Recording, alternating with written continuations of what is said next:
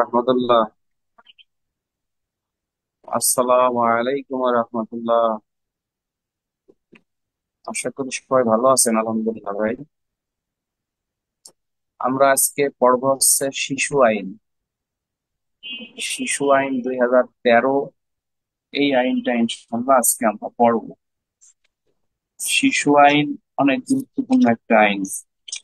বিগত এই 3-4 বছর ধরে শিশু আইন থেকে আমাদের প্রশ্ন আসতেছে। আমরা প্রাথমিকভাবে শিশু আইনের সব ধারাই একটু দেখবো, বাট শেষের দিকে আমরা 10 থেকে 12টা ধারা একটু ভালো করে দেখবো। শিশু আইন থেকে প্রতি বছর 2টা এমসিকিউ আসে এবং রিটেনেরও একটা প্রশ্ন আসে, সুতরাং এইটাকে আপনাকে গুরুত্ব দিতে হবে। বিশেষ করে শিশু আইনের 13 ধারা, 14 ধারা, শিশু আইনের 44 ধারা, শিশু আইনের 52 ধারা, শিশু আইনের আপনার ওই যে 76, 79, হ্যাঁ, তারপরে 89, এই ধারাগুলো একটু বেশি ইম্পর্টেন্ট। অল্প কয়েকটা ধারা বেশি ইম্পর্টেন্ট, বাট 81 ধারা, হ্যাঁ 81 ধারা। তো তারপরে শিশু আইনের আমরা বেশি ধারা দেখবো না। মোটামুটি এমসিকিউর জন্য অন্যান্য ধারাগুলোতে একটু চোখ বোলানোর চেষ্টা করবো। শিশু আইনের স্ক্রিন শেয়ার যদি পারেন নাহিদ দিয়ে দেন। নাহিদও কষ্ট করছে, আজকে অফিস থেকে আসছে। না পারলে সমস্যা নাই, রেকর্ড হচ্ছে, আপনারা রেকর্ডটা শুনবেন। নাহিদ অনেক টায়ার্ড আজকে, আমি নিজেও টায়ার্ড। আমি ডিউটি করে আসছি। আমি চেষ্টা করবো ইনশাল্লাহ একটু ভালো করে পড়ানোর জন্য। অল্প কয়েকটা ধারা দেখবো, কিন্তু একটু ক্লাসেই পড়াটা মুখস্থ হয়ে যাবে ইনশাল্লাহ, যাতে পরীক্ষা হলে আসলে আমরা প্রশ্ন পারি। শিশু আইন। শিশু আইন হচ্ছে 2013 সালের একটা আইন। এই আইনে অল্প কিছু ধারা ইম্পর্টেন্ট, বাট এমসিকিউর জন্য আমরা মোটামুটি সব ধারাগুলো একটু দেখার চেষ্টা করবো। শিশু আইন কত সালের আইন? এমসিকিউ, শিশু আইন হচ্ছে 2013 সালের 24 নম্বর আইন। তাহলে এই এমসিকিউটা মনে রাখবেন, শিশু আইন কত সালের আইন? 2013 সালের 24 নম্বর আইন। অন্যান্য আইনের মতো শিশু আইনের 2 ধারায় কতিপয় সংজ্ঞা দিয়েছে। এই সংজ্ঞাগুলো আপনাকে মুখস্থ করতে হবে, অর্থাৎ 2-3টা সংজ্ঞা মোটামুটি ধারণা রাখতে হবে, আসলে লিখতে পারেন। যেমন শিশু আইনের দুই ধারায় বলতেছে যে এই আইনানুগ অভিভাবক বা বৈধ অভিভাবক বলতে কাকে বোঝায়। আইনানুগ অভিভাবক বা বৈধ অভিভাবক বলতে যিনি শিশুর প্রকৃত অভিভাবক, অথবা শিশুর কল্যাণার্থে নিয়োজিত কোনো অভিভাবক, অথবা আদালত কর্তৃক নিয়োজিত কোনো অভিভাবক, ইনি হচ্ছে আপনার শিশু আইনে অভিভাবক হিসেবেই গণ্য হবে। তাছাড়াও guardian and wards act 1890, guardian and wards act 1890-তে অভিভাবক বলতে যাকে সংজ্ঞায়িত করা হয়েছে, শিশু আইনও তাকে অভিভাবক হিসেবে সংজ্ঞায়িত করা হয়। তো এমসিকিউ আসলে আপনারা পারবেন যে অভিভাবক অর্থ নিচের কোনটি? বৈধ অভিভাবক, কল্যাণার্থে নিয়োগকৃত কোনো ব্যক্তি, তারপর আসছে আদালত কর্তৃক নিয়োগকৃত কোনো ব্যক্তি, উপরের সবগুলো। সঠিক অ্যান্সার আসছে উপরের সবগুলো। 2 ধারায় আর একটা সংজ্ঞা দিচ্ছে যে আইনের সংঘাতে জড়িত শিশু। আইনের সংঘাতে জড়িত শিশু বলতে ওই শিশুকে বোঝাচ্ছে যে শিশু দেশের প্রচলিত আইনে কোনো অপরাধ করছে। হ্যাঁ, প্রচলিত আইনে কি করছে? কোনো অপরাধ করছে। দণ্ডবিধির 92 এবং 83 ধারার বিধান সাপেক্ষে যে শিশু দেশের প্রচলিত কোনো আইনে অপরাধ করছে, তাকেই বেসিক্যালি বলা হচ্ছে আইনের সাথে সংঘাতে জড়িত শিশু। আর আইনের সংস্পর্শে শিশু কোনটা? সংস্পর্শে শিশু হচ্ছে ওই শিশু যে শিশু কোনো অপরাধ করেনি, কিন্তু অপরাধের শিকার হয়েছে বা অপরাধের একটা সাক্ষী হয়েছে। এই শিশুকেই বেসিক্যালি বলা হচ্ছে আইনের সংঘাতে এবং আইনের সংস্পর্শে জড়িত শিশু। তো একটা প্রশ্ন এখান থেকে আসতে পারে যে আইনের সাথে সংঘাতে জড়িত শিশু এবং আইনের সাথে সংস্পর্শে জড়িত শিশুর মধ্যে পার্থক্য লেখো। এই প্রশ্নটা আসলে আপনি কিভাবে লিখবেন? আপনি লিখবেন আইনের সাথে সংঘাতে জড়িত শিশু হচ্ছে দণ্ডবিধি 82 ও 83 ধারার বিধান সাপেক্ষে, হ্যাঁ, আহ দেশের প্রচলিত আইনে কোনো অপরাধ করছে বা আসামি হয়েছে, এমন শিশুকেই আইনের সাথে সংঘাতে জড়িত শিশু হিসেবেই গণ্য করা হবে। আর আইনের সংস্পর্শী শিশু কোনটা ভাই? আইনের সংস্পর্শী শিশু হচ্ছে যে শিশু বেসিক্যালি কোনো অপরাধ করেনি, যে শিশু বেসিক্যালি কোনো অপরাধ করেনি, আহ, আইনের আহ, অপরাধের শিকার হয়েছে বা কোনো অপরাধের সাক্ষী হয়েছে, এমন শিশুকেই বেসিক্যালি আইনের সংস্পর্শে আসা শিশুকেই বেসিক্যালি মানে আপনার বোঝাবে। এখানে আমরা একটা একটা জিনিস মনে রাখবো, যে আইনের সংঘাতে জড়িত শিশু একজন অপরাধী, আর আইনের সংস্পর্শে আসা শিশু সে অপরাধী না, সে অপরাধের শিকার হয়েছে বা সাক্ষী হয়েছে। আইনের সংঘাতে জড়িত শিশুর দেশের প্রচলিত আইনে শাস্তির বিধানও কিন্তু রয়েছে, কিন্তু আইনের সংস্পর্শে যে শিশু আছে তার কিন্তু শাস্তির বিধান নাই। আইনের সংঘাতে জড়িত কোনো শিশুকে পুলিশ গ্রেফতার করতে পারে, আইনের সংস্পর্শে আসা কোনো শিশুকে পুলিশ গ্রেফতার করতে পারে না। তো আইনের সংঘাতে জড়িত শিশু 2-3, আর আইনের সংস্পর্শে আসা শিশু হচ্ছে আপনার 2-4 ধারায় বর্ণনা করছে। এতটুকু ইম্পর্টেন্ট। আমি এই প্রশ্নটা কেন বললাম জানেন? এটা কিন্তু ইন্সপেক্টরশিপে একবার আসছে, যে আইনের সংঘাতে জড়িত শিশু এবং আইনের সংস্পর্শে আসা শিশুর মধ্যে পার্থক্য লেখো, 5 মার্ক। তো না পারলে তখন এটা কিন্তু একটা বিপদ, সুতরাং এটা একটু মনে রাখার আমরা চেষ্টা করবো ইনশাল্লাহ। এরপরে আপনাকে বলতেছে প্রবেশন কর্মকর্তা।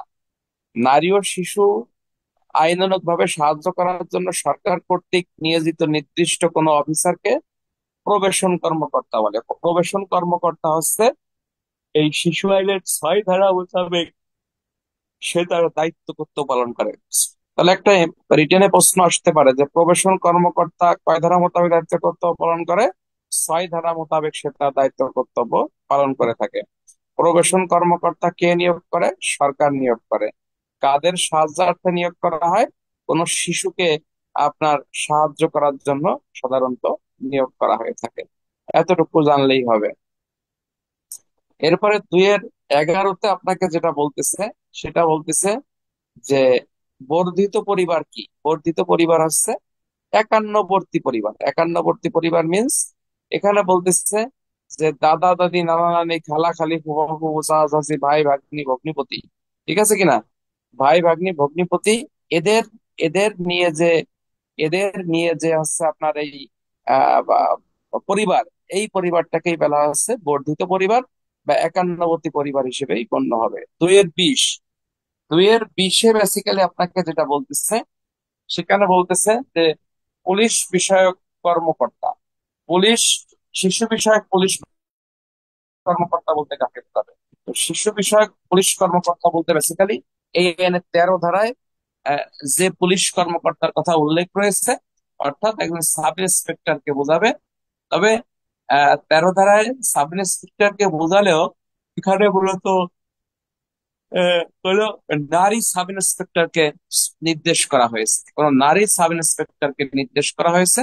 এতটুকু মনে রাখলেই হবে, এর বেশি মনে রাখার দরকার নাই। আশা করি আমার কথা মনে হয় ইনশাল্লাহ আপনারা বুঝছেন। আচ্ছা, আমার কথা কি শোনা যাচ্ছে ভাই? আমার কথা কি শোনা যায়? আমার কথা কি শোনা যায়? আচ্ছা, শোনা যাচ্ছে, থ্যাংক ইউ। আচ্ছা, তাহলে আমরা এখান থেকে 2টা জিনিস আমরা দেখলাম, একটা হচ্ছে আইনের সাথে সংঘাতে জড়িত শিশু, আর একটা হচ্ছে আইনের সংস্পর্শে আসা শিশু। এরপরে দেখলাম যে যে শিশু বিষয়ক পুলিশ কর্মকর্তাকে, তিনি একজন সাব ইন্সপেক্টর। বর্ধিত পরিবার কোনটা? বর্ধিত পরিবার হচ্ছে মানে পিতা মাতা ভাই বোন চাচা চাচি নানা নানি খালা খালু ফুফা ফুফু, হ্যাঁ, এইগুলো নিয়ে যে বড় পরিবার, তাকেই বেসিক্যালি বর্ধিত পরিবার হিসেবে আখ্যায়িত করা হয়েছে। তো নর্মালি এতটুকু জানলেই হবে, এর বেশি জানার দরকার নাই। একটা এমসিকিউ আমরা দেখবো, যে সমাজকর্মী বলতে কাকে বোঝাচ্ছে। তো সমাজকর্মী বলতে আহ এর অধীনে ইউনিয়ন সমাজকর্মী, এই আইনের অধীনে এই এই আইনের অধীনে হচ্ছে আপনার ইউনিয়ন সমাজকর্মী। এরপরে আপনাকে বলা হচ্ছে যে আপনার এই যে বড় ভাই খালাম্মা, হ্যাঁ, মানে সমসময়ের কোনো কর্মী, যিনি যে নামে অভিহিত হোক না কেন, শিশুদের সেবা দান করে এমন কর্মী মূলত সমাজকর্মী হিসেবেই বেসিক্যালি আপনার গণ্য হবে। ঠিক এতটুকুই এমসিকিউর জন্য গুরুত্বপূর্ণ, এখানে আর কোনো গুরুত্বপূর্ণ কিছু না। তো প্রিয় বন্ধুরা, এখানে যে জিনিসটা তোমরা একটু মনে রাখবা, দুইটা বিষয় মনে রাখবা। একটা হচ্ছে আইনের সাথে সংঘাতে জড়িত শিশু 2-3, আর আইনের সংস্পর্শে আসা শিশু 2-4। এটা মনে রাখলেই হবে, আর কোনো কিছু দরকার নেই। এখন আমরা দেখবো প্রবেশন কর্মকর্তা কি এবং প্রবেশন কর্মকর্তার দায়িত্ব এবং কর্তব্য। বন্ধুরা, প্রবেশন কর্মকর্তা এটা কিন্তু রিটেনে পরীক্ষায় অনেকবার আসছে। গত বছর বোধহয় আসেনি, গত বছরের আগের বছর এএসআই দের আসছে, তার আগে ইন্সপেক্টরশিপ পরীক্ষা আসছে। সুতরাং প্রবেশন কর্মকর্তার এই বিষয়টা আপনাদের একটু গুরুত্বের সাথে দেখতে হবে, এবং একটু ভালো করে আমরা জানার পড়ার বা ইনশাল্লাহ বোঝার আমরা চেষ্টা করব। সুতরাং একটু খেয়াল করি আমরা। প্রবেশন কর্মকর্তা বলতে বোঝাচ্ছে যে এই আইনের অধীনে 5 ধারায় প্রবেশন কর্মকর্তা নিয়োগ করে। কে নিয়োগ করে? বলা হচ্ছে সরকার নিয়োগ করে। হ্যাঁ, তো এই নিয়োগ, প্রবেশন কর্মকর্তা সরকার নিয়োগ করতেছে, ঠিক আছে, বাট প্রবেশন কর্মকর্তা নিয়োগের আগেও যদি কোনো ব্যক্তি এই আইনের অধীনে প্রবেশন কর্মকর্তার কাজ করে থাকে, তাহলে যে সরকার তাকে নিয়োগ করেছে এবং সেভাবেই সে তার দায়িত্ব কর্তব্য পালন করে থাকছে। তো প্রবেশন কর্মকর্তা কে নিয়োগ করে? এমসিকিউ, সরকার নিয়োগ করে। প্রবেশন কর্মকর্তার দায়িত্ব কর্তব্য কি, সেইটা আপনাকে বলতে 6 ধারা। প্রবেশন কর্মকর্তার দায়িত্ব কর্তব্য কি, সেইটা আপনাকে বলতেছে 6 ধারা। এইটা আপনাকে মুখস্থ করতে হবে। শীটে যদিও অল্প দিয়ে রাখছে, বাট আমাদের মূল বইতে প্রবেশন কর্মকর্তার দায়িত্ব কর্তব্য অনেকগুলো দেশে। আমরা যদি বেশি করে মনে রাখি তাহলে পরীক্ষার হলে 8টা 10টা পয়েন্ট লিখতে পারবো। যেমন শিশু আইনে শিশু বিষয়ক কর্মকর্তা দায়িত্ব কর্তব্য 13 ধারা, 14 ধারা, 15 ধারা, 15 ধারা। ঠিক তেমনি প্রবেশন কর্মকর্তা দায়িত্ব কর্তব্য এই আইনের 6 ধারা। এটা অত্যন্ত গুরুত্বপূর্ণ, এটা মুখস্থ করে ফেলতে হবে। তো প্রবেশন কর্মকর্তার দায়িত্ব কর্তব্য হচ্ছে থানায় কোনো শিশু আগমন ঘটলে তার আগমনের কারণ সম্পর্কে অবগত হওয়া, সংশ্লিষ্ট শিশুর সঙ্গে সাক্ষাৎ করে সকল ধরনের সহযোগিতা প্রদান করা, সংশ্লিষ্ট অভিযোগ মামলা চিহ্নিত করে পুলিশের সাথে যোগাযোগ এবং সমন্বয় করা, সংশ্লিষ্ট শিশুর পিতামাতা অভিভাবককে সহায়তা করা, সংশ্লিষ্ট শিশুর জামিনের ব্যবস্থা করা, তারপরে জামিনের ব্যবস্থা সম্ভব না হলে নিরাপদমূলক হেফাজতে রাখা, এবং বিধি দ্বারা অন্যান্য দায়িত্ব কর্তব্যগুলো বেসিক্যালি আপনার পালন করা। এখানে আরো বলতেছে, যেমন প্রবেশন কর্মকর্তা শিশুকে কারিগরি শিক্ষা দেওয়া, তারপর হচ্ছে এই নিয়মিত বিরতিতে শিশুর আচরণ সম্পর্কে মানে লক্ষ্য রাখা, বা হচ্ছে আপনার এই আইনগত ব্যবস্থা আপনার এখানে গ্রহণ করা। এরপরে আপনাকে বলতেছে যে আপনার এই ইসের কি বলতেছে, যে শিশুর পিতামাতার সাথে যোগাযোগ করা, জামিনের ব্যবস্থা না থাকলে বিকল্প বিকল্প পন্থা আপনার ব্যবহার করা, সবই শিশু বিষয়ক কর্মকর্তার দায়িত্ব এবং কর্তব্য হিসেবে আপনার গণ্য হবে।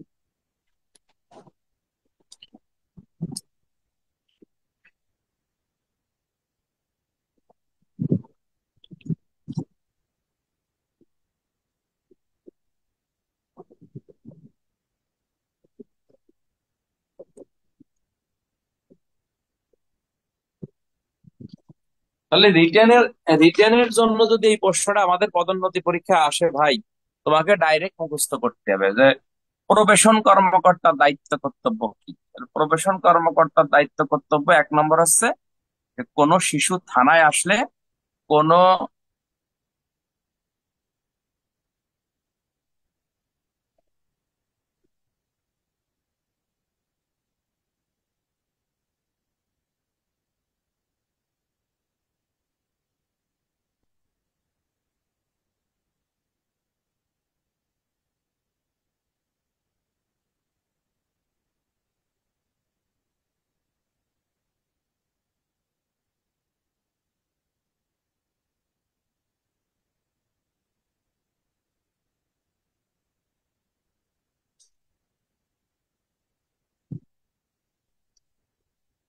আচ্ছা, আমরা আমরা আমরা আমরা আমরা আমরা আমরা আমরা আমরা একটু আমরা আমরা একটু দেখবো যে প্রবেশন কর্মকর্তার প্রধান যে কাজগুলো কি কি। তাহলে প্রবেশন কর্মকর্তার প্রধান কাজটা বেসিক্যালি হচ্ছে, এখানে বলতেছে যে কোনো শিশু যখন থানায় আসবে, এই শিশুর থানায় আগমন যে হয়েছে তার কারণ সম্পর্কে অবগত হতে হবে। এরপরে বলতেছে সংশ্লিষ্ট শিশুর সঙ্গে সাক্ষাৎ করে সব ধরনের সহযোগিতার বিষয়টি তাকে আশ্বস্ত করতে হবে। এরপরে বলতেছে যে পুলিশের মামলা চিহ্নিত করে পুলিশের সঙ্গে যোগাযোগ এবং সমন্বয় করতে হবে। এরপরে বলতেছে যে পিতামাতার সন্ধান করতে হবে এবং পুলিশের সাথে যোগাযোগ করিয়ে দেওয়ার ব্যবস্থা করতে হবে।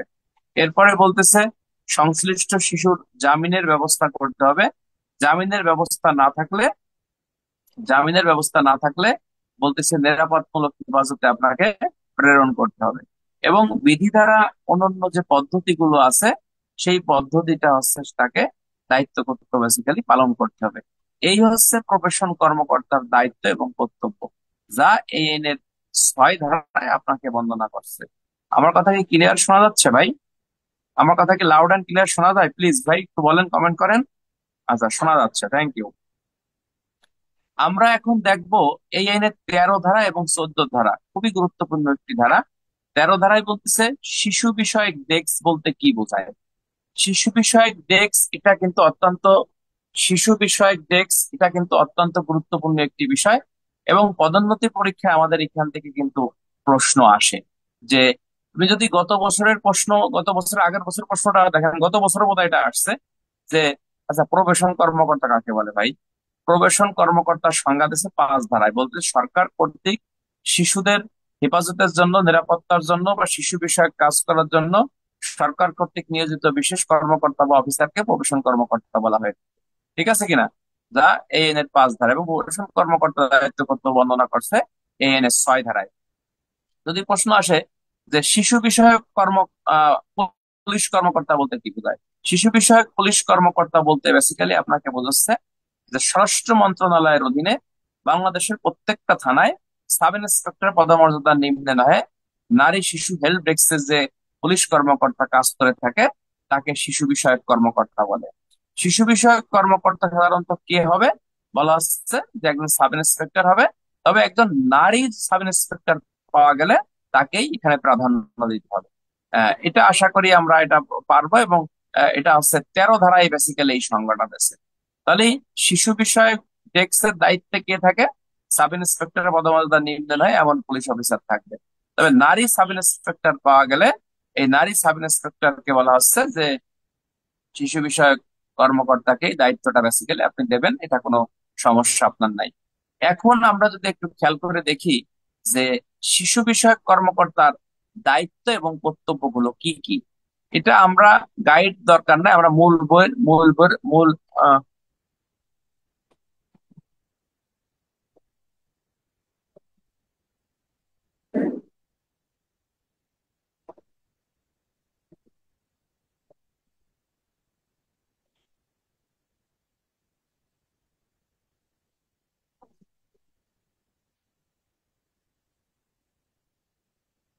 তো আমরা এটা কিন্তু ডাইরেক্ট মুখস্থ করে ফেলবো। মুখস্থ না করলে এটা কিন্তু সমস্যা।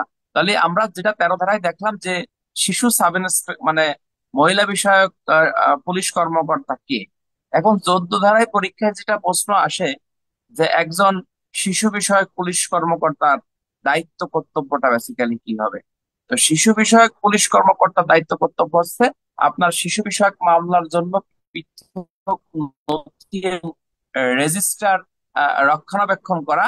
এরপরে আপনাকে বলতেছে যে কোনো শিশুকে যখন আপনি থানায় নিয়ে আসবে, প্রবেশন কর্মকর্তাকে অবহিত করা, শিশুর পিতামাতাকে অবহিত করা, তাৎক্ষণিক মানসিক পরিষেবা প্রদান করা, প্রাথমিক চিকিৎসার ব্যবস্থা করা, হাসপাতালে প্রয়োজনে নিয়ে যাওয়া, শিশুর মৌলিক সকল চাহিদা পূরণ করা, শিশুর বয়স সঠিকভাবে নির্ধারণ করা হচ্ছে কিনা সেদিকে লক্ষ্য রাখা, প্রবেশন কর্মকর্তাকে সাথে আলোচনা করে শিশুর জামিনের ব্যবস্থা করা। আরো কাজ আছে এখানে, গাইড এটা লেখছে, তার কম লেখছে, আরো আরো আরো মেইন বইতে আরো যেটা বলতেছে, বলতেছে যে একজন শিশু বিষয়ক পুলিশ কর্মকর্তার কাজ হচ্ছে যে প্রত্যেক মাসের শিশু বিষয়ক মামলার নথিপত্রগুলো আপনার রিপোর্ট আকারে বা প্রতিবেদন আকারে পুলিশ সুপারের মাধ্যমে পুলিশ হেডকোয়ার্টার্সকে আপনার অবগত করা। এই হচ্ছে শিশু বিষয়ক কর্মকর্তার দায়িত্ব এবং কর্তব্য। তাহলে শিশু বিষয়ক পুলিশ দায়িত্ব কর্তব্য কয় ধারা ভাই? শিশু বিষয়ক পুলিশ কর্মকর্তার দায়িত্ব কর্তব্য হচ্ছে এই আইনের 14 ধারা। এটা মুখস্থ করতে হবে, এটা পরীক্ষা আসবে। 1 নম্বর আছে শিশু থানায় আগমন ঘটলে প্রবেশন কর্মকর্তাকে জানানো, শিশুর বয়স নির্ধারণে সহায়তা করা, শিশুর অভিভাবককে অবগত করা, শিশুকে মানসিক পরিষেবা প্রদান করা, শিশুর খাবারের ব্যবস্থা করা, শিশু অসুস্থ হলে তার চিকিৎসার ব্যবস্থা করা। তারপর আছে শিশুর বয়স নির্ধারণে সহায়তা করা, প্রবেশন কর্মকর্তার সাথে আলাপ আলোচনা করে শিশুর জামিনের ব্যবস্থা করা, শিশু বিষয়ক মামলার সকল নথিপত্র প্রতিবেদন আকারে প্রত্যেক মাসে পুলিশ সুপারের মাধ্যমে পুলিশ হেডকোয়ার্টার্সকে অবগত করা। এই হচ্ছে শিশু বিষয়ক একজন সাব ইন্সপেক্টরের দায়িত্ব এবং কর্তব্য। তো এটা যদি পরীক্ষায় আসে তো আপনারা পারবেন, বেশি পড়া যাবে না ভাই, অল্প পড়ে যাতে ভালো রেজাল্ট করতে পারি আমরা সেই দিকে খেয়াল করবো। আমরা কি পড়লাম তাহলে? আমরা 2-3 যেটা পড়লাম আইনের সংঘাতে জড়িত শিশু, 2 4 যেটা পড়লাম আইনের সংস্পর্শে আসা শিশু, এটা রিটেনের জন্য বলতেছি আর কি, হ্যাঁ। আর আমরা 6 ধারায় পড়লাম যে প্রবেশন কর্মকর্তার দায়িত্ব কর্তব্য কি ভাই। আর 13 ধারায় আমরা পড়লাম যে নারী শিশু হেলথ ডেস্ক মূলত কি। আর 14 ধারায় আমরা যেটা আমরা দেখলাম যে একজন নারী শিশু হেল্প ডেস্কের দায়িত্বে নিয়োজিত পুলিশ কর্মকর্তার দায়িত্ব কর্তব্য কি। খুব ভালো, খুব ভালো। এই এই এই বিশেষ করে 13, 14, হ্যাঁ, 6 ধারা এটা রিটেনের জন্য মুখস্থ করতে হবে। 15 ধারা পুলিশ রিপোর্ট। পুলিশ রিপোর্ট একজন বলছে স্যার 6 ধারা এবং 14 ধারা বাদে ভাই এই বোকার মতো প্রশ্ন করলে হবে? 6 ধারায় আপনাকে বলতেছে যে প্রবেশন কর্মকর্তার দায়িত্ব কর্তব্য কি, আর 14 ধারায় আপনাকে বলতেছে একজন পুলিশ কর্মকর্তার দায়িত্ব কর্তব্য কি। সহজ স্যার, 6-এ প্রবেশন কর্মকর্তার দায়িত্ব কর্তব্য, আর 14 ধারায় হচ্ছে পুলিশ কর্মকর্তার দায়িত্ব কর্তব্য। একেবারে সহজ অ্যান্সার ভাই। জিনিস এক, মানে জিনিস এক, অফিসার আলাদা, অর্থাৎ কাজ তো ভালো কথা বলছে না, অর্থাৎ জিনিস এক কিন্তু কাজকর্ম আলাদা, এই, এছাড়া তেমন আর কিছু না। আচ্ছা, আমরা চলে যাবো এনের 15 ধারা। 15 ধারাটাও কিন্তু অনেক গুরুত্বপূর্ণ বন্ধুরা, তোমরা আজকে রাত্রে যদি পারো 6 ধারা এবং 14 ধারা এই দুটো ধারা রিটেনের জন্য প্রবেশন কর্মকর্তা দায়িত্ব কর্তব্য কি এবং একজন পুলিশ কর্মকর্তা দায়িত্ব কর্তব্য কি, এটা রিটেনের জন্য লিখবেন, লিখে পরে ঘুমাবার রাত্রে, ঠিক আছে ইনশাল্লাহ। আচ্ছা, 15 ধারাটা আমরা একটু দেখি। 15 ধারায় আমরা যদি দেখবো যে কোনো অপরাধ সংগঠনে প্রাপ্তবয়স্ক এবং শিশু জড়িত থাকলে জেয়ার মামলা এবং শেয়ার মামলার পুলিশ রিপোর্ট অনুসন্ধান প্রতিবেদন পৃথক পৃথক করে দাখিল করতে হবে। অর্থাৎ বলা হচ্ছে যে কোনো জিয়ার মামলা এবং শেয়ার মামলায় যদি কোনো শিশু যদি জড়িত থাকে সেক্ষেত্রে প্রাপ্তবয়স্কদের প্রতিবেদন এবং শিশুদের প্রতিবেদন আলাদা আলাদা দাখিল করতে হবে। এবং প্রাপ্তবয়স্ক ব্যক্তি এবং শিশু ক্ষেত্রে একত্রে অপরাধ করলে তাদের অপরাধ পৃথক পৃথক ভাবে আমলে নিতে হবে। অর্থাৎ এটাও কিন্তু মানে যখন ওই যে পদোন্নতি পরীক্ষায় প্রশ্ন আসবে যে একজন শিশু কর্মকর্তা দায়িত্ব কর্তব্য কি, তখন শুধু 14 ধারা লিখলে কিন্তু হবে না, তখন এই 14 ধারার সাথে 15 ধারা কিন্তু দিতে হবে। অর্থাৎ জেয়ার মামলায় প্রাপ্তবয়স্ক এবং শিশু জড়িত হলে পৃথক পৃথক ভাবে আপনার নথি প্রস্তুত করতে হবে। এবং প্রাপ্তবয়স্ক এবং শিশু যদি একত্রে আপনার এই অপরাধ করে সেক্ষেত্রে পৃথক পৃথক ভাবে অপরাধটা আপনার আমলে গ্রহণ করতে হবে। এই কথা, এটাও কিন্তু একজন পুলিশ কর্মকর্তার দায়িত্ব এবং কর্তব্য, যা এই আইনের 15 ধারায় আপনাকে বলছে। তাহলে আমরা কি আহ শিশু আইনের অধীনে একজন শিশু কর্মকর্তার দায়িত্ব কর্তব্য মুখস্থ হয়েছে? কয় ধারা? 14 ধারা এবং 15 ধারা। আমি আবার বলি, একজন শিশুকে থানায় আনয়ন করা হলে তার আনয়নের বা আনার কারণ সম্পর্কে অবগত হতে হবে এবং প্রবেশন কর্মকর্তাকে বিষয়টা জানাতে হবে। 2 নম্বরে ওই শিশুর আহ আহ পিতামাতাকে অবহিত করতে হবে। 4 নম্বরে হচ্ছে শিশুর জামিনের ব্যবস্থা থাকলে জামিন দিতে হবে। 5 নম্বর হচ্ছে শিশু অসুস্থ হলে তার চিকিৎসা ব্যবস্থা করতে হবে। 6 নম্বর হচ্ছে তাকে মানসিক পরিষেবা দিতে হবে। 7 নম্বরে হচ্ছে হাসপাতালে নেওয়ার প্রয়োজন হলে হাসপাতালে নিতে হবে। 8 নম্বরে হচ্ছে শিশুর মৌলিক চাহিদা পূরণের যাবতীয় প্রয়োজনীয় ব্যবস্থা গ্রহণ করতে হবে। 9 নম্বর হচ্ছে বিধি দ্বারা নির্ধারিত অন্যান্য সকল দায়িত্ব কর্তব্যগুলো একজন অফিসার পালন করবে।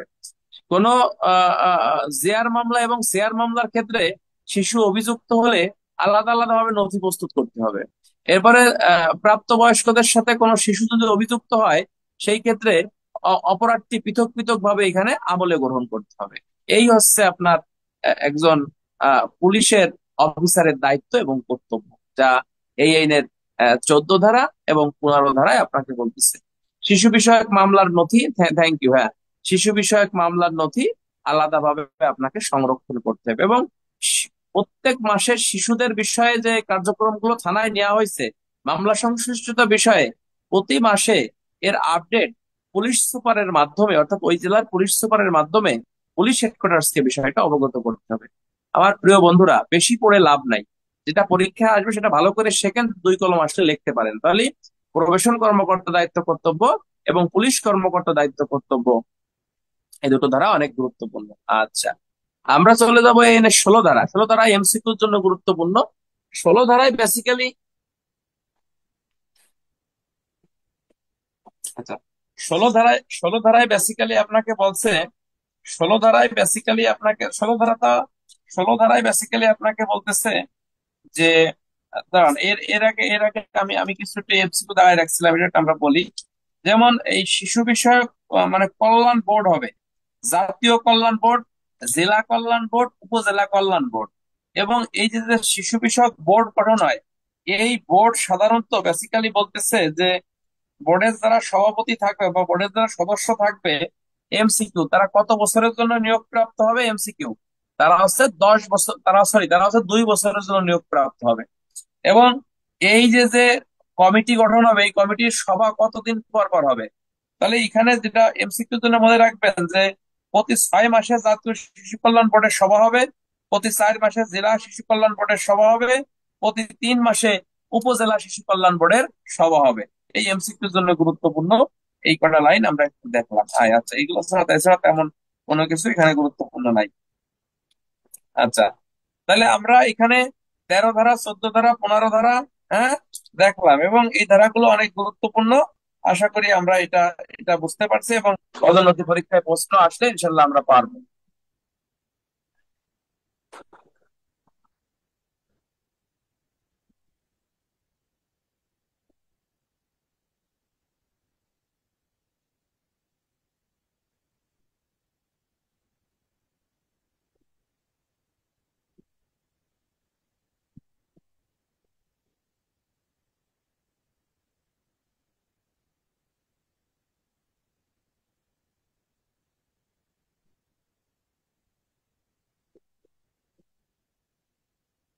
আচ্ছা, তাহলে এখানে এখানে আমরা এই 14, 15 চলে গেছি। এখানে আর তেমন কোনো কিছু আমি গুরুত্ব দেখতেছি না। আমরা সরাসরি চলে যাব এই আইনের, সরাসরি আমরা চলে যাব হচ্ছে এই আইনের 20 ধারা দেখবো, 20 এবং 21। বেশি পড়া যাবে না ভাই, 20 ধারা 21 ধারা আমরা একটু দেখি। 20 ধারায় আপনাকে বলতেছে যে শিশুর বয়স নির্ধারণে প্রাসঙ্গিক তারিখ কখন। অর্থাৎ একজন ব্যক্তি যে শিশু, সেই শিশুর বয়স নির্ধারণে প্রাসঙ্গিক তারিখটা কখন নির্ধারিত হবে। তো এই 20 ধারায় বলতেছে যে যে তারিখে অপরাধটি সংঘটিত হয়েছে, যে তারিখে অপরাধটি সংঘটিত হয়েছে, এই তারিখে বলা আছে যে যে তারিখে অপরাধটি সংঘটিত হয়েছে এই তারিখে,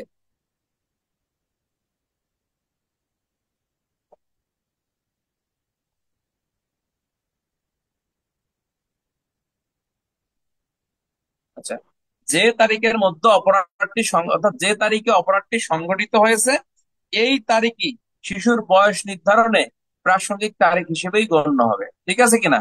অর্থাৎ একটা শিশু আজকে যদি কাউরে মারি ফেলায়, তাহলে আজকের তারিখ পর্যন্ত তার বয়স কত, এইটাই হচ্ছে তার আছে মূল, মানে তারিখ নির্ধারণে প্রাসঙ্গিক হিসেবেই বেসিক্যালি আপনার গণ্য হবে। তাহলে রিটেনে যদি প্রশ্ন আসে যে আহ, শিশুর বয়স নির্ধারণে প্রাসঙ্গিক তারিখ কিভাবে নির্ধারিত হয়, লেখো। এখন 20 ধারায় বলতেছে আপাতত বলবৎ অন্য কোনো আইনে যাই থাকুক না কেন, এই আইনের উদ্দেশ্য পূরণ কল্পে অপরাধ সংগঠনের তারিখই হবে শিশুর বয়স নির্ধারণের প্রাসঙ্গিক তারিখ। অর্থাৎ অপরাধ সংগঠনের তারিখই শিশুর বয়স নির্ধারণে প্রাসঙ্গিক তারিখ হিসেবেই আপনার গণ্য হবে। আমরা একটু 21 ধারা দেখি। 21 ধারাটা কিন্তু গুরুত্বপূর্ণ। বয়স অনুমান এবং নির্ধারণ, অর্থাৎ একটা শিশুর বয়স কিভাবে অনুমান করা হবে এবং কিভাবে নির্ধারণ করা হবে, সেই কথাটা আপনাকে বলতেছে 21 ধারা। তাহলে 20 ধারায় বলতেছে বয়সের প্রাসঙ্গিক কিভাবে নির্ধারণ করবে, আর 21 ধারায় আপনাকে বলতেছে যে বয়স অনুমান এবং নির্ধারণটা আপনি কিভাবে করবেন। তো এখানে বলতেছে, এই দূর যায় খালি কমেন্ট করতেছে, আমি তো গুরুত্বপূর্ণ ধারাগুলোই পড়াচ্ছি ভাই, এগুলো পরীক্ষায় আসবে। আমি ফাও কোনো জিনিস ক্লাসে বলি নাই, গুরুত্বপূর্ণ সেটাই বলছি, কথা বলেন না। বলতেছে যে কোনো শিশু অভিযুক্ত হোক বা না হোক, এমন শিশুকে কোনো অপরাধের দায়ে কোনো শিশুকে অন্য কোনো কারণে ম্যাজিস্ট্রেট আদালত, শিশু আদালত বা অন্য কোনো আদালতে সাক্ষ্য প্রদানের উদ্দেশ্য ব্যতীত যদি আনয়ন করা হয়, সেই ক্ষেত্রে শিশু আদালত বা ম্যাজিস্ট্রেট আদালত বা অন্য কোনো আদালতের নিকট শিশু বলে প্রতীয়মান না হইলে উক্ত শিশুর বয়স যাচাই করার জন্য আদালত, শিশু আদালত বা অন্য কোনো আদালত প্রয়োজনীয় তদন্ত ব্যবস্থা সে গ্রহণ করবে। কি বলতেছে?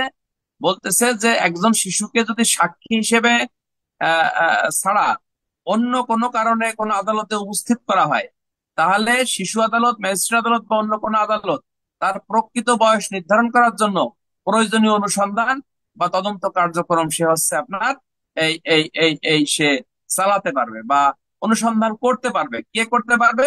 এমসিকিউ। শিশু আদালত করতে পারবে, ম্যাজিস্ট্রেট আদালত করতে পারবে, বা অন্য কোনো আদালত বেসিক্যালি হচ্ছে আপনার করতে পারবে। এরপরে বলতেছে তদন্ত শুনানিকালে সাক্ষ্য প্রমাণ পাওয়া যাবে, তার ভিত্তিতে শিশু আদালত, ম্যাজিস্ট্রেট আদালত বা অন্য কোনো আদালত শিশুর বয়স নির্ধারণ করবে এবং এটা হচ্ছে লিপিবদ্ধ করবে। এখন বলতেছে যে শিশুর বয়স নির্ধারণ করার ক্ষেত্রে প্রয়োজনীয় দলিল দস্তাবেজ এগুলো পরীক্ষা করতে পারবে। এরপরে আরো বলতেছে যে শিশুর বয়স নির্ধারণ করার ক্ষেত্রে কোনো ব্যক্তির কাছে কোনো দলিল দস্তাবেজ যদি থেকে থাকে, সেগুলো শিশু আদালত, ম্যাজিস্ট্রেট আদালত বা অন্য কোনো আদালত পরীক্ষাও করতে পারবে। হ্যাঁ, এবং এইগুলো হাজির করার জন্য সমন জারি করতে পারবে। কে করতে পারবে? সমন জারি করতে পারবে।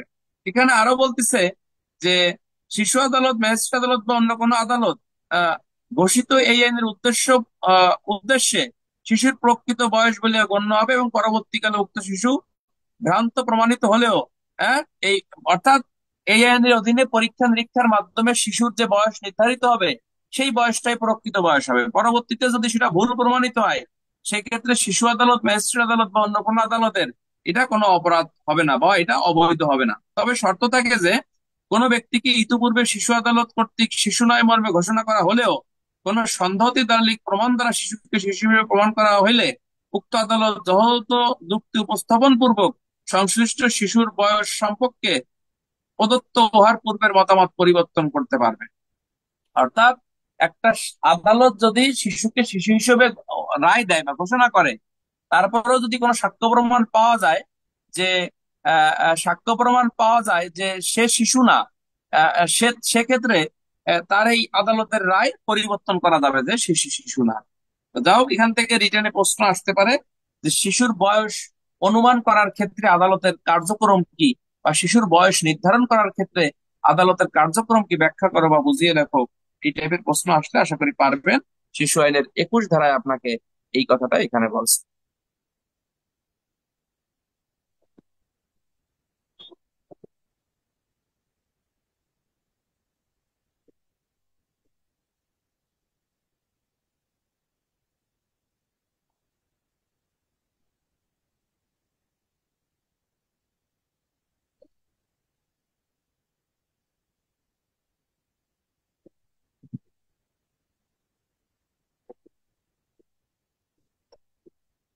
আচ্ছা, আমরা আমরা আমরা এই 20 ধারা এবং 21 ধারা, এই দুটো ধারাকে রিটেনের জন্য আমরা একটু গুরুত্বপূর্ণ হিসেবে বিবেচনা করছি এবং এটা ইম্পর্টেন্ট। এবং এটা ইম্পর্টেন্ট, এটা আমরা আহ, গুরুত্বপূর্ণ হিসেবে আমরা বিবেচনা করছি, ঠিক আছে কিনা? এটা আপনারা একটু দেখবেন। রিটেনের জন্য এই ধরনের প্রশ্ন কিন্তু আমাদের পদোন্নতি পরীক্ষায় আসতে পারে।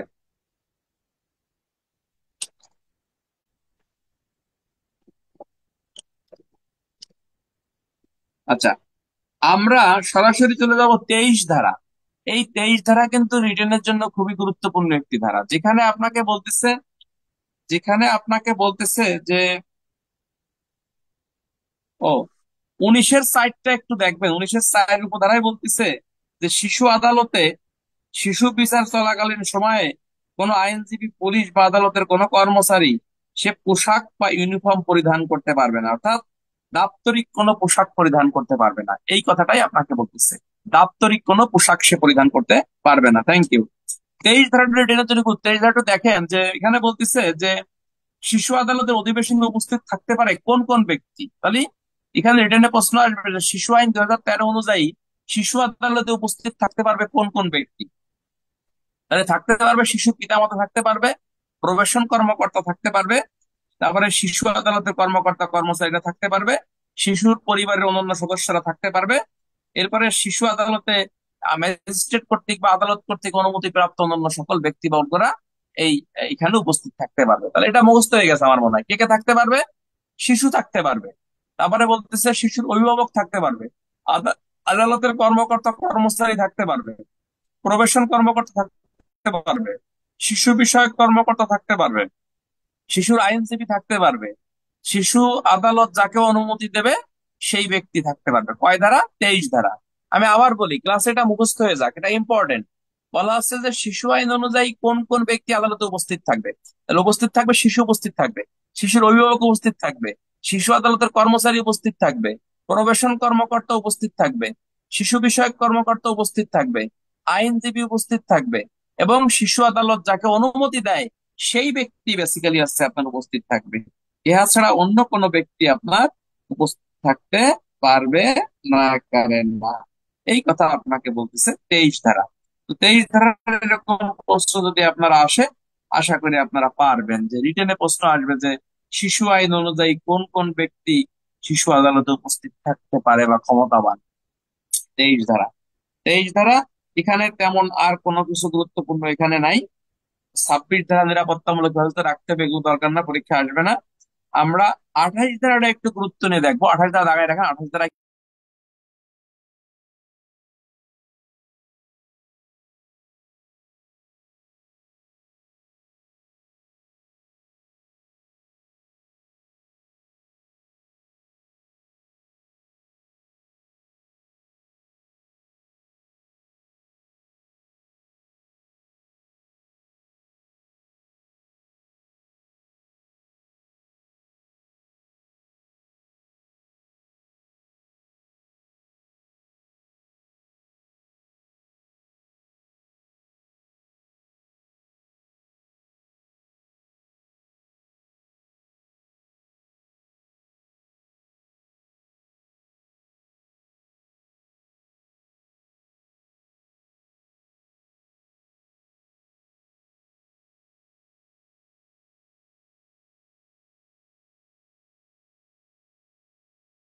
ভাই শোনেন, 12 ঘন্টা ডিউটি করে আসছি ভাই, 12 ঘন্টা ডিউটি করে আসছি। কথা বলতে কষ্ট হয়, বুঝছেন? থানার চাকরি কষ্টের চাকরি, তারপরে তো আপনারা বুঝেন না। 12 ঘন্টা ডিউটি করে এসে কথা বলার চেষ্টা করতেছি, এবং আমি ক্লাসে কোনো আউল ফাউল কথাবার্তা কোনো সময় বলি না, বা পড়াশোনা বাদে অন্য কোনো আলোচনা কোনো সময় করি না। বিসমিল্লাহির রহমানির রহিম। তাহলে 23 ধারাটা আমরা আশা করি এখানে বুঝতে পারছি। 23 ধারার পরে আর অন্য কোনো ধারার এখানে দরকার নাই। আমরা সরাসরি চলে যাব এই 28 ধারা। 28 ধারাটা কিন্তু অত্যন্ত গুরুত্বপূর্ণ একটি ধারা, এবং এখান থেকে রিটেনে প্রশ্ন পদোন্নতি পরীক্ষা আসতে পারে বন্ধুরা। 28 ধারায় বলতেছে শিশু আদালত কর্তৃক শিশুকে জামিনে মুক্ত প্রদান। অর্থাৎ এখানে বলতেছে যে আমরা যেমন নারী শিশু আইনে 14 ধারায় পড়ছি যে ভিকটিমের ছবি প্রচার প্রকাশ করা যাবে না। যদি কোনো ব্যক্তি ভিকটিমের ছবি প্রচার প্রকাশ করে, মানব পাচার আইনের 37 ধারায় অপরাধ, তারপরে হচ্ছে আপনার নারী শিশুর 14 ধারায় অপরাধ। আর এই শিশু আইনে বেসিক্যালি আপনাকে বলতেছে যে এই ব্যক্তি 28 ধারা মোতাবেক আইনে নিষেধ করছে যে কোনো শিশুর ছবি প্রচার প্রকাশ করা যাবে না। হ্যাঁ, যদি তা মানে শিশুর মানে কল্যাণের পরিপন্থী হয় বা শিশুর উপকারে না আসে। তবে বলতেছে যে কোনো ইলেকট্রনিক মিডিয়ায় যদি প্রচার প্রকাশ করলে কোনো কি না হয়, বলা হচ্ছে যে প্রচার প্রকাশ না করলে কোনো অপরাধ না হয় বা শিশুর উপকার হয়, সেই ক্ষেত্রে এটা প্রচার প্রকাশ করা যাবে, কোনো অপরাধ হবে না। আর যদি আপনি মানে প্রচার প্রকাশ করছেন, শিশুর নাম ঠিকানা, হ্যাঁ, জন্ম নিবন্ধন ছবি টবি প্রচার করে দিয়েছেন, তাহলে এখানে আপনাকে বলতেছে যে আপনি শিশু আইনের 81 ধারা মোতাবেক আপনি এখানে অভিযুক্ত হবেন। কয় ধারায় বলতেছে বন্ধুরা? বলতেছে শিশু আইনের 81 ধারা মোতাবেক আপনি এখানে অভিযুক্ত হবেন, এটাই। এছাড়া কিন্তু তেমন অন্য কিছু আর এখানে বলেন নাই।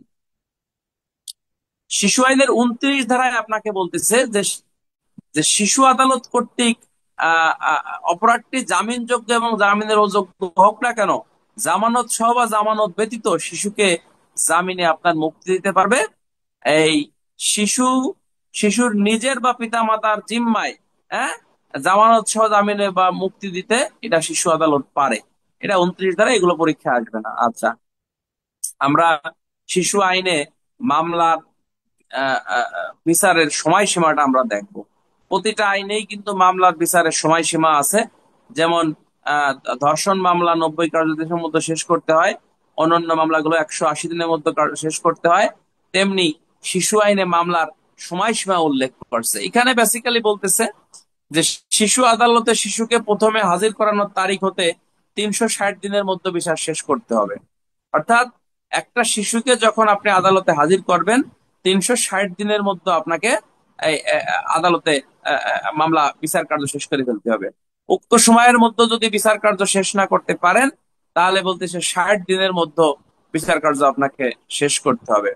এরপরও যদি মামলা সম্পন্ন শেষ না হয় বিচার কার্যক্রম, তাহলে বিরতিহীন ক্রমে এই বিচার কার্যক্রম চালিয়ে যেতে হবে, অর্থাৎ একদিনও বন্ধ রাখা যাবে না। এরপরে বলতেছে যে আহ উপধারা 1 এবং 2-এ বর্ণিত বিচার কার্য সম্পন্ন না হলে আহ, এবং অপরাধটি যদি হত্যা, ধর্ষণ, দস্যুতা, মাদক ব্যবসা বা অন্য কোনো গুরুতর ব্যতীত না হয়, তবে শর্ত সাপেক্ষে আহ, সংশ্লিষ্ট মামলার কোনো প্রাপ্ত বয়স্ক ব্যক্তি অভিযুক্ত থাকলে তার মামলা অব্যাহত থাকবে বা চলমান থাকবে, তবে ওই শিশুকে আপনার জামিনে আপনার মুক্তি দেওয়া যাবে। অর্থাৎ বিচারের সময়সীমা বলতেছে বলতেছে যে শিশুকে আদালতে হাজির করলে 360 দিনের মধ্যে বিচার শেষ করে ফেলতে হবে।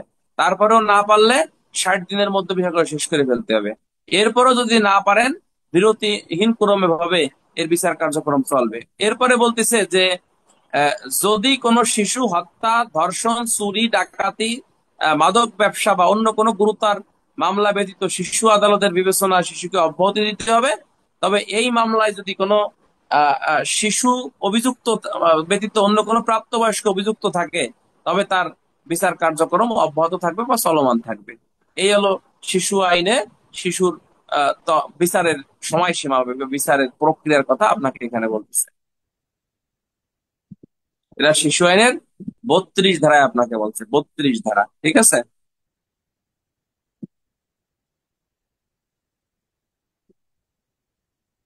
33 ধারা সারমর্ম, যেটা সারমর্মটা হচ্ছে যে কোনো শিশুকে কোনো অপরাধের জন্য মৃত্যুদণ্ড বা যাবজ্জীবন কারাদণ্ড দেওয়া যাবে না, তবে কোনো শিশুকে সাধারণত আটক আদেশ প্রদান করা যেতে পারে। নর্মালি বলতেছে যে কোনো শিশুকে মৃত্যুদণ্ড বা যাবজ্জীবন কারাদণ্ড দেওয়া যাবে না, তবে কোনো শিশুর ক্ষেত্রে আটক আদেশ প্রদান করা যেতে পারে। এগুলো পরীক্ষা আসবে না। নর্মালি এমসিকিউ আসতে পারে যে কোনো শিশুকে কি কি দণ্ড দেওয়া যাবে না, এতটুকু মনে রাখবেন যে কোনো শিশুকে মৃত্যুদণ্ড বা যাবজ্জীবন কারাদণ্ড দেওয়া যাবে না, এতটুকুই মনে রাখলে হবে। এবং কোনো শিশুকে প্রাপ্তবয়স্ক অপরাধীর সাথে কোনো শিশুকে একত্রে আটক রাখা যাবে না, এতটুকু মনে রাখলেই হবে, ঠিক আছে কিনা? এতটুকু মনে রাখলে হবে, এর ভাই বেশি বেশি পড়লে সমস্যা। আচ্ছা, একটা এমসিকিউ মনে রাখবো যে শিশু যদি আপিল করে তাহলে 60 দিনের মধ্যে মামলা নিষ্পত্তি করতে হবে। কতদিনের মধ্যে মামলা নিষ্পত্তি করতে হবে? 60 দিনের মধ্যে মামলা নিষ্পত্তি করতে হবে। এগুলো সব বাদ, এগুলো কিচ্ছু আসবে না। 44 ধারাটা দেখুন, 44 ধারা রিটেনের জন্য গুরুত্বপূর্ণ। শিশু আইন অনুযায়ী একজন শিশুকে গ্রেপ্তারের আইনগত পদ্ধতি কি? একজন ব্যক্তিকে গ্রেপ্তারের আইনগত পদ্ধতি কার্যবিধি 46 থেকে 53, এটা তোমরা জানো তাই না ভাই? তবে শিশু আইনে শিশুকে গ্রেপ্তারের কিছু নিয়ম কানুন বলতেছে। একজন শিশুকে কিভাবে আপনি গ্রেপ্তার করবেন, গত বছর না তার আগের বছর মনে হয় প্রশ্ন এটা আসছে।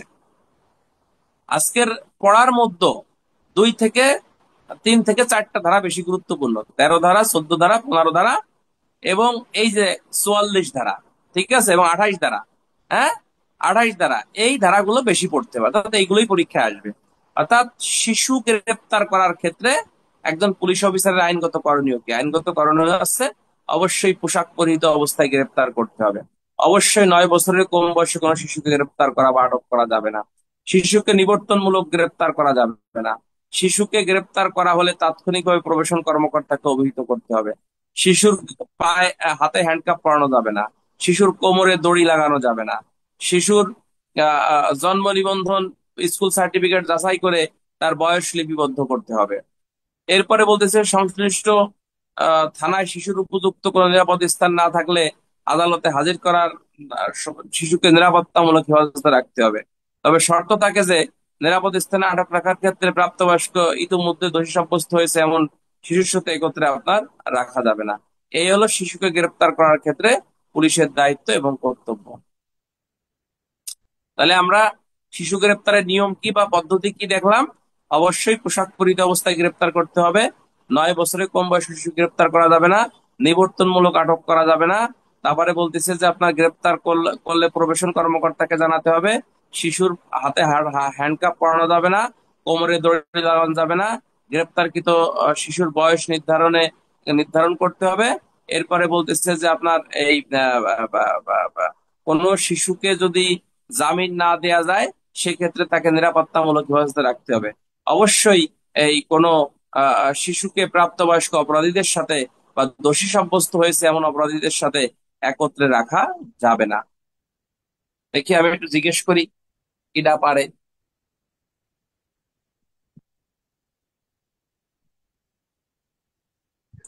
কারে ধরবো কোন? কারে ধরবো ধরেন স্যার, বলবো? সমস্যা নেই। স্যার বলেন স্যার। আনসারুল ইসলাম, বরগুনা জেলা। আনসারুল আপনিই কর যে শিশু আইন 2013 অনুযায়ী, শিশু আইন 2013 অনুযায়ী শিশু গ্রেপ্তারের ক্ষেত্রে আইনগত করণীয় বা পদ্ধতি কি বলেন? শিশু গ্রেপ্তারের ক্ষেত্রে স্যার, শিশু গ্রেপ্তারের হচ্ছে স্যার 45, যে 44 স্যার। ভালোই বলেন পদ্ধতিগুলো বলেন। পিন্টু, তুমি বলো। গ্রেপ্তারের পদ্ধতিগুলো স্যার। হুম। জি স্যার, ওই যে 9 বছরের কম কোনো শিশুকে গ্রেপ্তার করা যাবে না। কোন শিশুকে নিবর্তনমূলক আটক আদেশ প্রদান করা যাবে না। কোন শিশুকে গ্রেপ্তারের ক্ষেত্রে স্যার তার ওই যে অভিযোগগুলো স্যার সঠিকভাবে দেখতে হবে সঠিক আছে কিনা। এবং শিশুকে গ্রেপ্তারের ক্ষেত্রে তার যে জন্ম নিবন্ধন, স্কুল সার্টিফিকেট, এগুলো দেখতে হবে স্যার। কোন শিশুকে গ্রেপ্তারের জন্য থানায় নিরাপদ স্থান না থাকলে তাহার নিরাপত্তার জন্য ব্যবস্থা গ্রহণ করতে হবে স্যার। 44 দ্বারা। বললেন না হ্যান্ডকাপ পরানো যাবে না, কোমরে দড়ি পরানো যাবে না, হবে। জি স্যার, হ্যান্ডকাপ পরানো যাবে না এবং কোমরে কোনো রশি টশি লাগানো যাবে না স্যার। ভালো বলছেন। এই এই যে নাজমুল ইসলাম বরিশাল, আপনি কন যে শিশু আইন শিশু আইন 2013 অনুযায়ী শিশু আদালতে উপস্থিত থাকতে পারে কোন কোন ব্যক্তি, কোন ধারা বলেন? বলেন। আরমান বলেন, আরমান আপনি বলেন। বলেন, লাল চিহ্ন কাটেন, বলেন। ক্লাসে পড়া মুখস্থ হয়ে যাবে ভাই, ফাউল জিনিস পড়াবো না, যেটা পরীক্ষা আসবে সেটা পড়াবো। বলেন। 23 দ্বারা। বলেন, কে কে বলেন? সংশ্লিষ্ট শিশু পিতা মাতা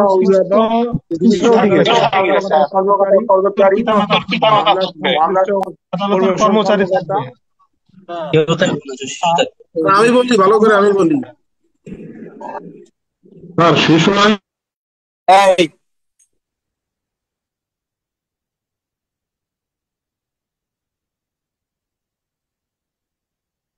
তোমরা খালি প্রতি বছর খালি কথা বলো ভাই। যারে প্রশ্ন করবো শুধু সে উত্তর দেবা, অন্য কোনো ব্যক্তি উত্তর দিবা না। যারে ধরবো সে উত্তর দেবা খালি। এই যে দেখছো জুবায়ের আনসারি ঘুমাই গেছে, একবারে টানা ঘুম দিচ্ছে, চোখ টোক বন্ধ করে দেখেন, দেখছেন জুবায়ের আনসারি পুরো ঘুম। আমি প্রশ্ন করবো যে এএসআই সোহেল, আপনি বলেন। এএসআই সোহেল, ঠিক আছে? এএসআই সোহেল অ্যান্সার করবে এখন। সোহেল বলেন যে প্রবেশন কর্মকর্তার দায়িত্ব কর্তব্য কি বলেন? লাল চিহ্ন কেটে কথা বলেন।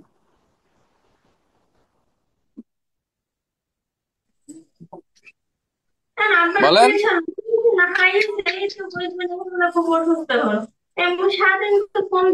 পিন্টু বলেন, পিন্টু আপনি বলেন।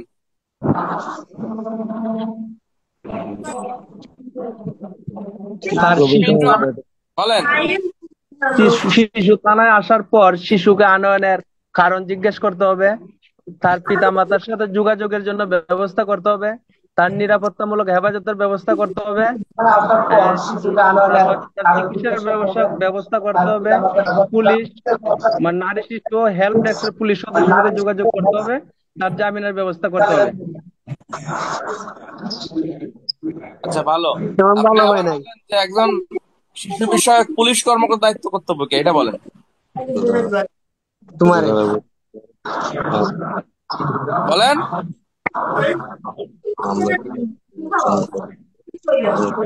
স্যার, আপনারা খালি শব্দ করেন ভাই।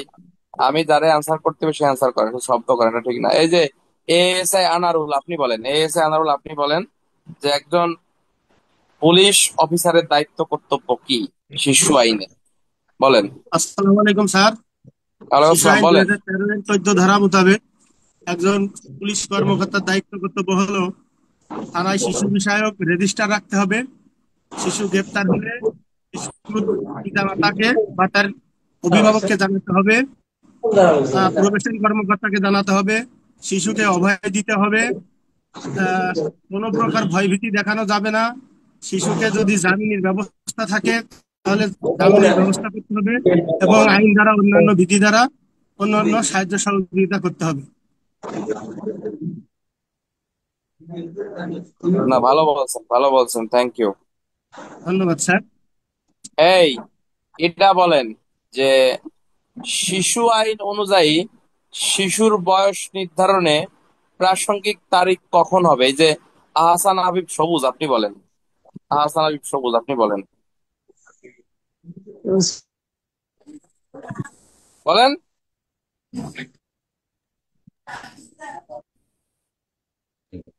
বিশ ধারা, এটা হচ্ছে 20 ধারা, ঠিক আছে? 20 ধারা অনেকেই পারে কিন্তু বলতে পারে না, কেন পারে না এটা আমি জানি না। আচ্ছা শোনেন, আমি তো আজকে ডিউটি করে আসছি, বুঝছেন, শরীরটা এমনি টায়ার্ড। আমরা শিশু আইনে 44 ধারা পর্যন্ত আজকে থাক। ইনশাল্লাহ কালকে আমরা সন্ধ্যায় ক্লাস নেবো এবং সকালে সকালে আমরা প্রথমে পুলিশ আইন পড়াবো। পুলিশ আইন পড়ানোর পরে তারপর হচ্ছে আমরা পড়াবো হচ্ছে বিভিন্ন সালের প্রশ্ন দেখবো। তো সুতরাং সকালবেলা একটু ক্লাসে সবাই থাকেন, হ্যাঁ?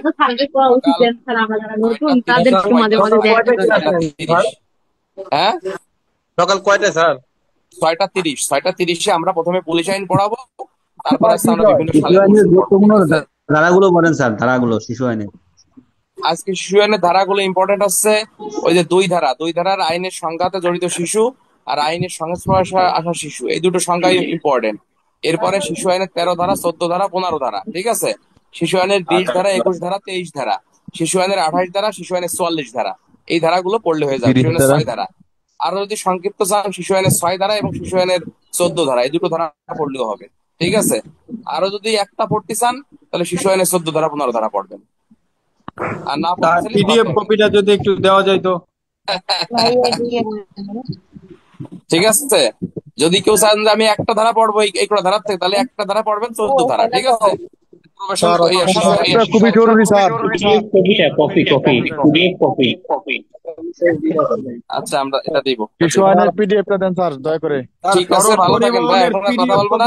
স্যার, একটু কষ্ট করে সকালে ক্লাস থাকেন, সকালে ক্লাস থেকে মিস করেন না, সকালে ক্লাস থাকেন।